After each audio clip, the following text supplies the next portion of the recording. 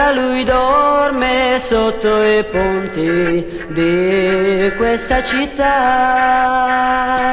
Questa è la storia di un accattone, un vero maschio ma facilone. Sposo 3 volte con donne strane, sia bionde o brune, tutte cubane. La prima moglie era bella, ma per carità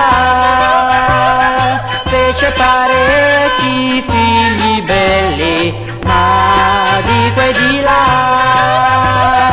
Poi non parliamo della seconda, era bassina piuttosto tonda. La sua passione era il salame, si divertiva anche col cane. La terza invece aveva amici e in quantità,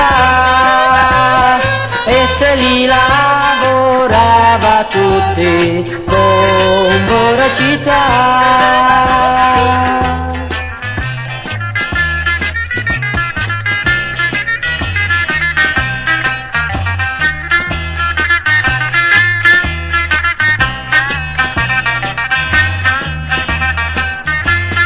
Questo accattone in tempi passati aveva i milioni e se li ha mangiati, perché la fece un po' troppo sporca, come fa il sorcio che ama la sorcia. Adesso lui non ha più donne, neanche milioni. Si va a fuma la pipa per consolazione.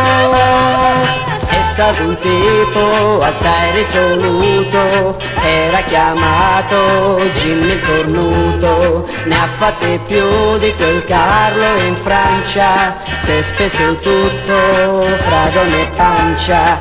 Ora lui dorme sotto i ponti di questa città, senza una lira lui vive da gran pascià.